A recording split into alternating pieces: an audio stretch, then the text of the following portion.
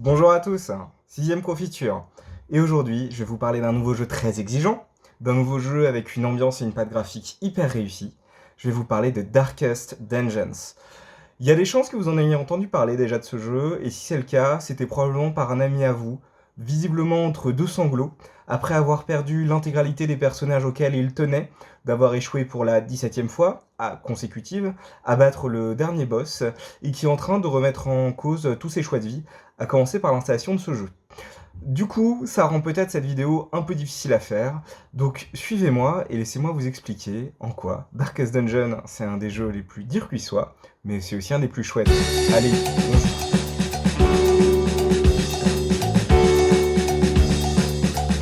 Est-ce que vous voyez déjà cette ambiance un peu pesante, les couleurs sombres?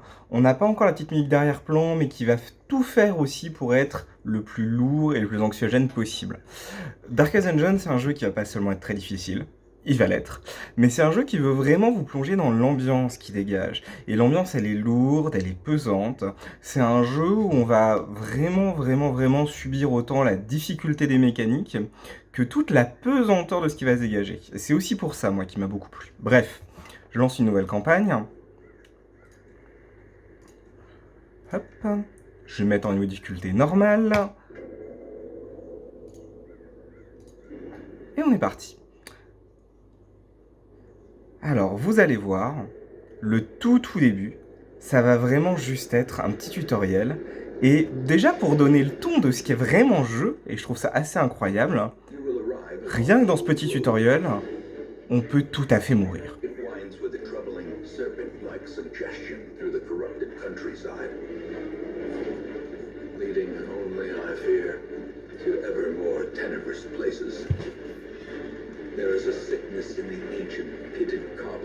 Ça va être grosse ambiance, hein.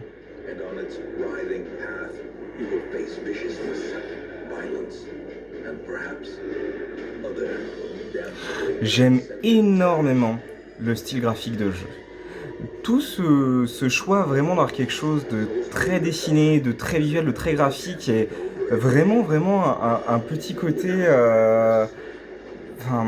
violent en fait dans la patte graphique rend vraiment très bien l'ambiance du jeu. La manière de jouer à Darkest Dungeon, c'est qu'on va avoir des aventuriers. Là j'en ai deux, mais c'est pas la limite, qui vont se déplacer du coup dans des niveaux. Là, les niveaux, on a la petite carte qui est là. On va se déplacer du coup dans un niveau simplement en traversant des couloirs et en allant de pièce en pièce. C'est vraiment du porte-monstre-trésor. On va dans un couloir, peut-être qu'on tombe dans un piège, et dans la pièce d'après, il y aura sans doute quelque chose qui va se passer, et potentiellement quelque chose de pas bien sous la forme de monstruosités diverses et variées, avec, il faut le dire, une vraie inventivité quant au bestiaire un peu fantastique qu'on va rencontrer.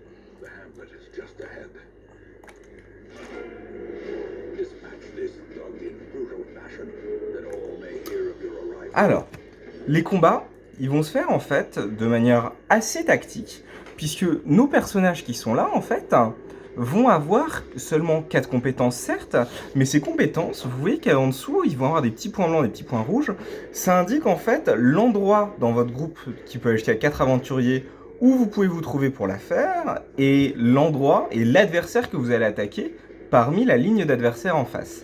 Ce qui fait que le gros du sel tactique du jeu, ça va être de réussir en permanence à repositionner ses troupes pour pouvoir utiliser les compétences dont on a besoin contre les ennemis qu'on veut attaquer, et en permanence essayer, à l'inverse, de faire très attention au placement des adversaires pour qu'eux évitent de jouer à ce même jeu. Là, en l'occurrence, je m'en souviens pas très bien, mais ça je sais que c'est pas mal du tout.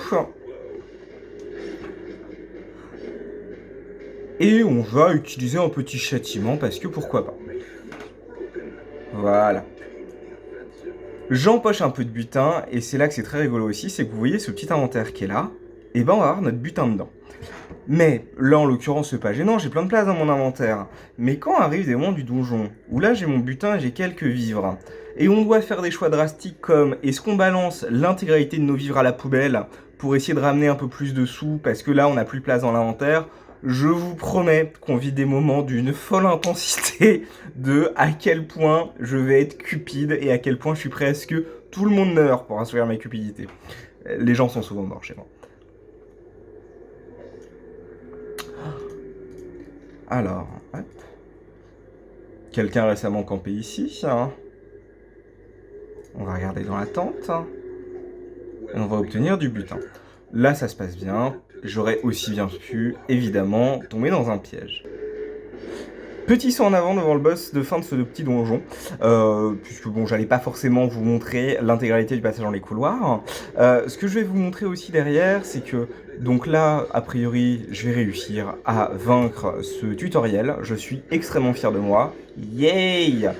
Et je vais pouvoir vous montrer ce qui fait la suite du jeu, et ce qui va être un gros morceau du gameplay du jeu, qui va être que non seulement, du coup, on va avoir tous ces passages en donjon, qui en sont, disons, toute la phase purement tactique, mais on va aussi avoir toute la phase de ville.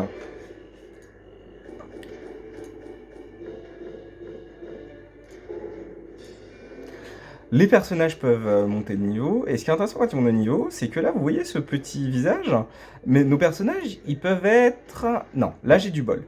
Là, en l'occurrence, il a chopé un petit talent positif.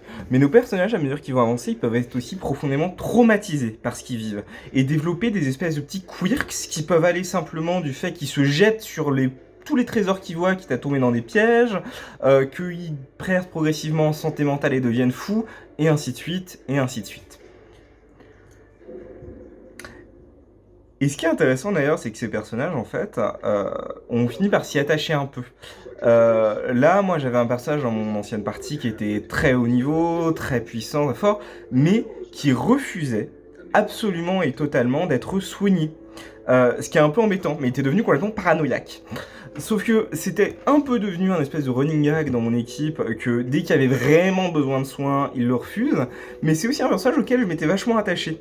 Et ce qui est intéressant c'est qu'il met vraiment face à ses choix. On peut en plus soigner ces espèces de petits quirks en ville, je vais vous montrer un peu la ville, mais ça demande du temps, ça demande des ressources, et parfois du coup, ça demande des sacrifices qu'on n'est pas prêt à faire.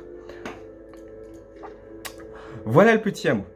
On est bien dans l'ambiance évidemment d'un petit lendemain de fête en festival, hein. On reconnaît délicatement les lieux tout à fait sympathiques et pas du tout massacrés. Ça va être l'endroit où on va pouvoir recruter des hommes, ça va être l'endroit où on va essayer de soigner un peu les dégâts, et ça va être aussi l'endroit où on va explorer un peu l'histoire et les archives de ce qui se passe dans cet endroit. Parce que oui, en fait, en vrai, il y a une narration.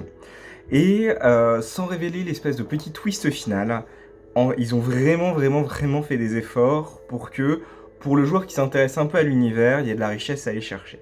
Je pourrais partir en mission, et donc, dernière chose que je vous montre, ce qui est intéressant quand on part en mission du coup, c'est que, bon, on a déjà quelques aventuriers frénétiques qui veulent y aller, on a du choix, et surtout, quand on part, on est obligé de passer par une table de provision. Et là-dessus, mal se préparer dans le jeu, ne pas avoir pris assez de nourriture, ne pas avoir pris par exemple un antidote et ainsi de suite, c'est se livrer à un drame potentiel. Bref, Darkest Dungeon, c'est un jeu très exigeant. C'est un jeu qui vous demandera beaucoup de réflexion tactique, c'est un jeu qui vous demandera aussi d'être prêt à faire pas mal de sacrifices, d'accepter de perdre définitivement des personnages auxquels vous avez pu vous attacher. C'est aussi un jeu qui va vous offrir des challenges extrêmement riche et diversifié.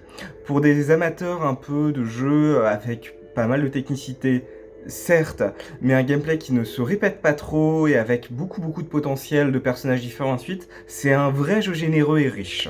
Moi, Darkest Dungeon, j'ai passé énormément de temps. Je risque d'ailleurs, je le réalise dans cette vidéo, de m'apprêter à y repasser un peu du temps. Et je peux que vous conseiller d'embarquer, vous aussi, pour une aventure dont vous ne sortirez peut-être pas vivant, mais dont vous sortirez incroyablement enrichi, en pièces d'or, certes, mais en expérience surtout.